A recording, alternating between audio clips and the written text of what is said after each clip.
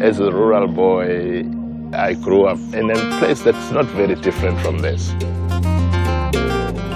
I remember when we used to head cattle, you make fire from wood and you sort of huddle around the wood to get warm. And when you get home, the sisters are going to fetch water from the river. The heating of that water and the cooking is all from wood. So for me, this is very, very emotional. I know what living under these conditions feel like. I mean, without energy, there's so much that you're missing out on. It enables life. It's a basic need, really. Wemntanami bekunzima kodwa ke bingekho futhi into ade sizoyenza besihamba siyotheza amalongo le siyawatheza amalongo utheza amalongo ubuye ubas intuthu igcwale indlu akekho ongazukuza ukuthi ukuba silongo gibele itaxi ngiyana nuka ilongo nje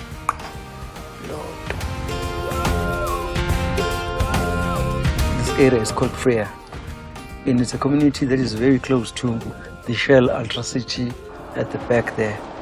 The garage has created a lot of employment for people around this area. But when we came here with Shell, beginning of last year, this whole area was without electricity. There were no plans anytime soon to add them onto the grid. Izinkinga bezinkulu kakhulu ebesihlangabezana nazo. Siyadla nje nabantwana usikele kokusikile udle upheke nakusasa ngoba ubuthi mawuthi uthenge kuzobola ukudla konke ungabisadla usuyathatha futhi uyolahla umosana sumosa imali iphelile. They didn't have fridges, TVs. In this day and age, they were really being left behind. Shell sent us with a project to come and establish what the needs of this community were. And top of the list was electricity.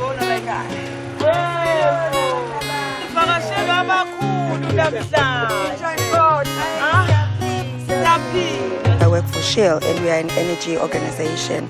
So in light of the challenges that we are facing in South Africa with load shedding and very limited access to energy, we are powering progress in the community of Escourt to make sure that they are powered in their homes to be able to have lights and use energy the way that they need to.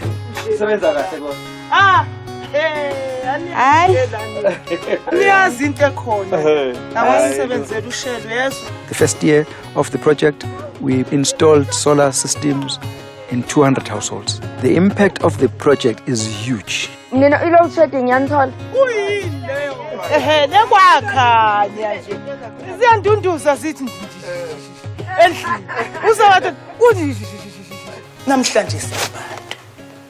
Noma sikhamba lapha siyazizwa zokwenza ibhizinisi lokuthi ngikhulise izimbuzi ngithandiswa ukuthi kahle kahle zibaba abangani kuwe nase ngibiza izilwane zami ngishaya ikhwela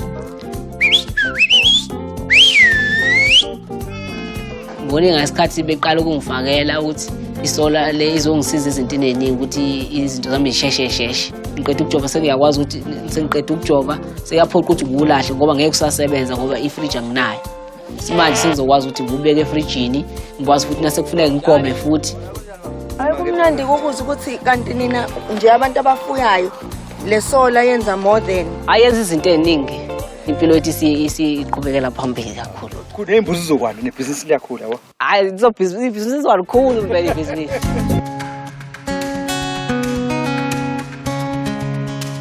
If communities like this have to wait for government to provide, they might never get here because there are so many households that don't have access to electricity in the country. It is important that organizations like ours contribute in terms of closing the gap. We are an energy company providing energy society needs, but we also play a significant role in terms of community building, which we call nation building. As Shell, nazinikeza ithuba ukuthi nathi sithi kini a little lezi singakwazi ukwenza phakathi. Escourt is actually the first area where we had our first Ultra City as a company. We've also been in this community for a very long time, so the partnership really works. But most importantly, when you do this kind of a project, you want to make sure that you're providing the community with what they need. not what you think that they need or want. You have very open conversations with the community, with the municipality, and therefore you engage them from the very beginning so that they welcome you and they can be able to work with you. And that work actually really began with WUSHE, meeting with the community one-on-one and understanding the needs of the community and running a survey throughout the whole process.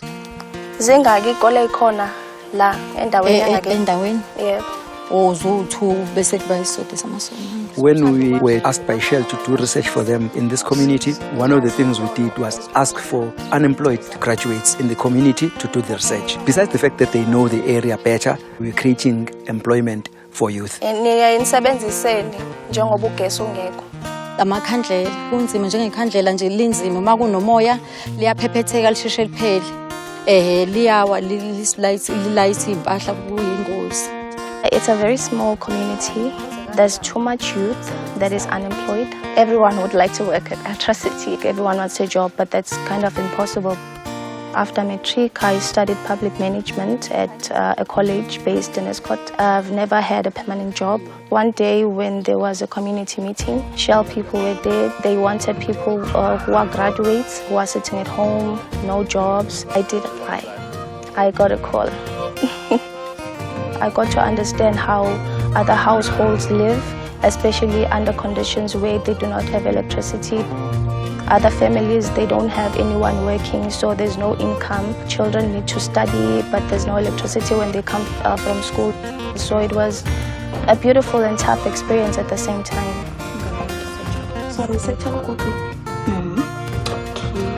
Ngiyathanda ngoba kunamasola emakhaya ngoba impilo isishintshile kakhulu. Ngiphinde futhi ngikwazi for mina ngiyasengakwazi ukuthi ngikwazi ukuthi ngifunde nasebusuku. Uma ngizosebenzisa ifoni ngiyakwazi ukuthi ngenze i-research for ukusebenzisa nje ifoni ngisakwazi ukuthi sicharge khona la ekhaya ya ifundo zami zezoba nama-marks amaningi ngikwazi nje nokuthi ngiphumelele nasesikoleni.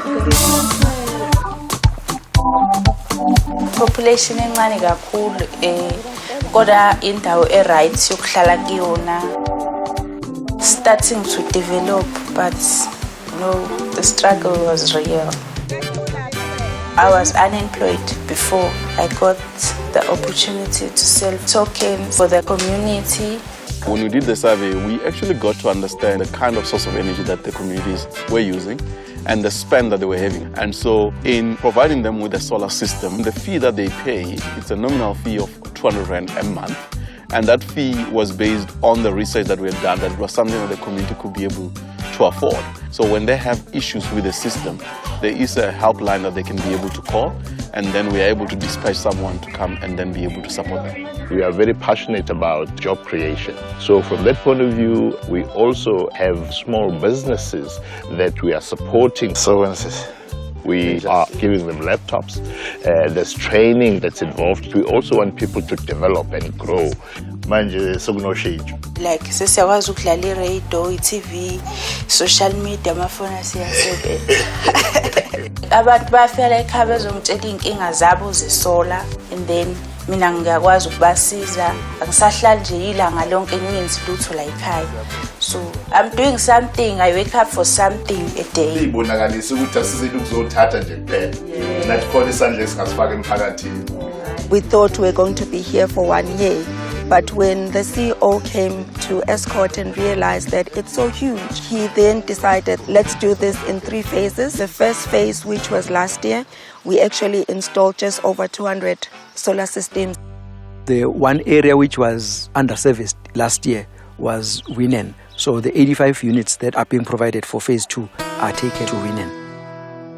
These areas are difficult to work in. So you must know that if you are coming here, then you're going to face some challenges like, difficult terrain, mountainous areas. There are areas where you can see it's difficult for a grid electricity to go there. It's easy for a solar system because it's a standalone system.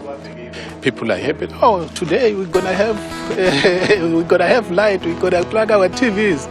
We are happy that we are part of this project sponsored by Shell.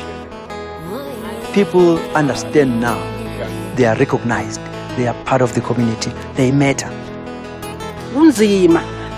Ubumnyama bunzima. Nisikhiphe ebumnyameni lesasuka singaka sibancane siqala ukubheka nasibonisa ukuthi hayi bukhanya kusho Zokulwa mfundo grade 11 kodwa nje umehluko ongena kwamasola kwenze komkhulu kabi nabantwana bethu laba bafundayo babuya sekumnyama kwesinye isikhathi njengoba izinto zokuhamba zingekho kule ndawo mafika manje bekuba nzima manje kodwa uShele wasisiza wasiphakamisa sathola ukukhanya.